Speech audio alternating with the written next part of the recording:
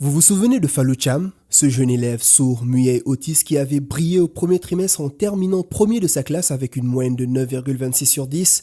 Premier la jël de sa classe premier de sa classe ci xale boo xam ni déggul te mënul wax lu yéeme la.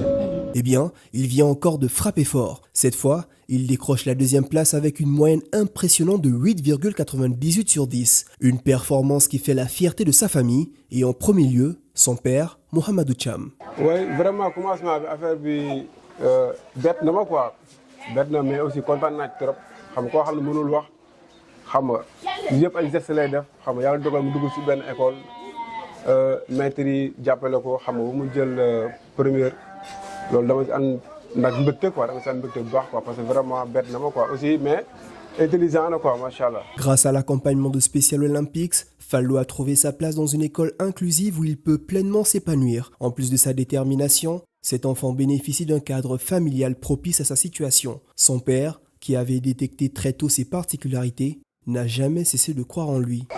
Oui, à l'âge de 2 ans, la ñu remarqué ni Fallou dégg quoi.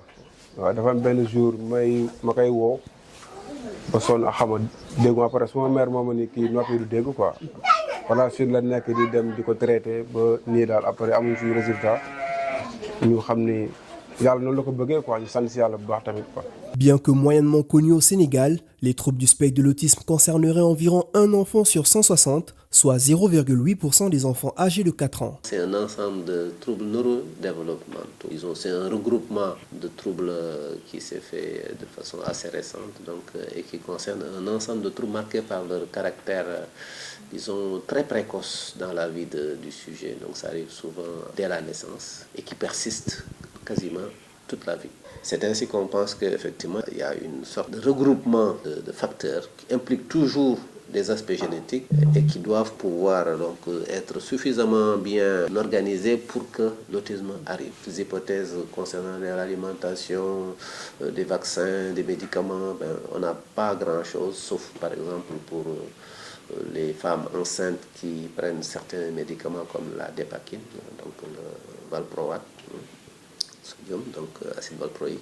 Donc pour cette molécule-là, effectivement, il est admis aujourd'hui qu'il faut bannir cela chez les enfants, chez les femmes enceintes, parce que leur enfant a un gros risque de présenter un autisme à la suite. Un dépistage précoce et une prise en charge adaptée sont essentiels pour ces enfants. Mais ces soins, aussi efficaces soient-ils, restent souvent hors de portée pour de nombreuses familles.